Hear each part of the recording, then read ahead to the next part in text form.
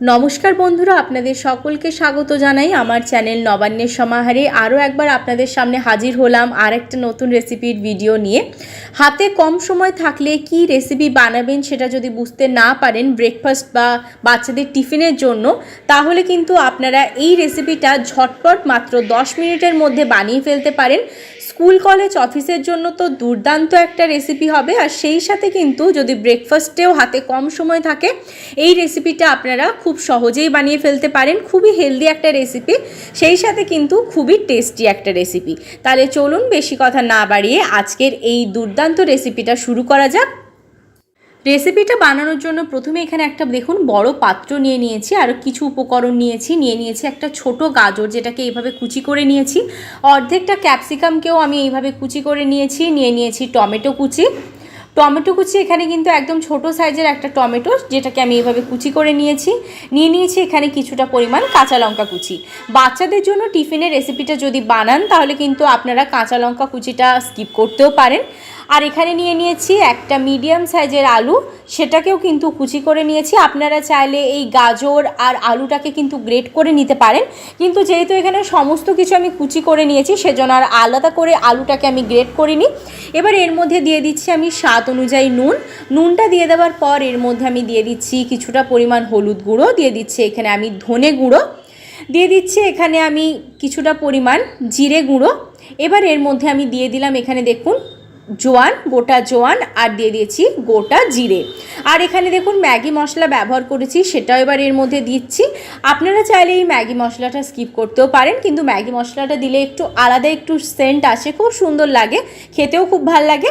আর এখানে দিয়ে দিচ্ছি একটু লাল লঙ্কার গুঁড়োটা দিলে বেশ একটু ঝাল হয়, ভালোই লাগে খেতে। এবার ভালো করে এই সমস্ত কিছু সাথে মিশিয়ে নেওয়ার পর কিন্তু এবার এর মধ্যে আমি দিয়ে দিচ্ছি 2 বাটি জল।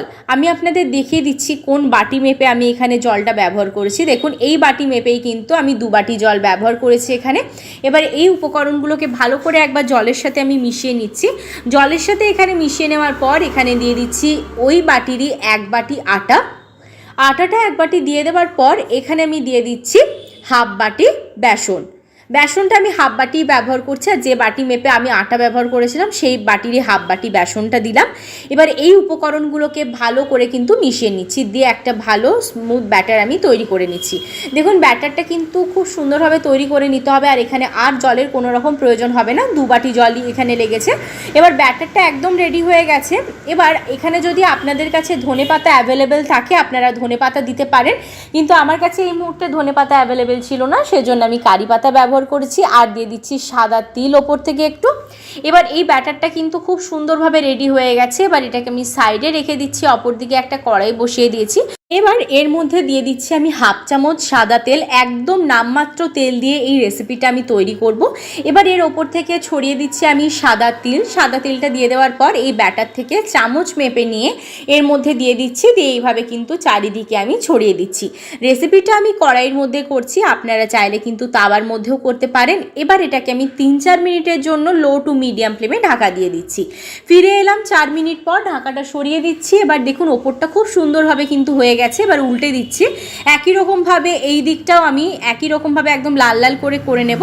আবারও এটাকে ঢাকা দিয়ে দিচ্ছি 2 মিনিটের জন্য, লো টু মিডিয়াম ফ্লেমে করছি।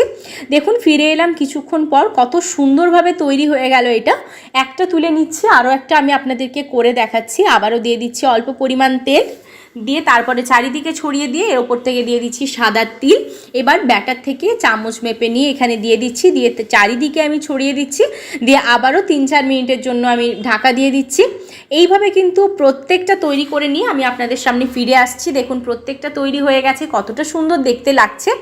এই রেসিপিটা কিন্তু একদম রেডি হয়ে গেছে। যদি আপনাদের রেসিপিটা ভালো লেগে থাকে অবশ্যই লাইক, শেয়ার, কমেন্ট, সাবস্ক্রাইব করতে ভুলবেন না।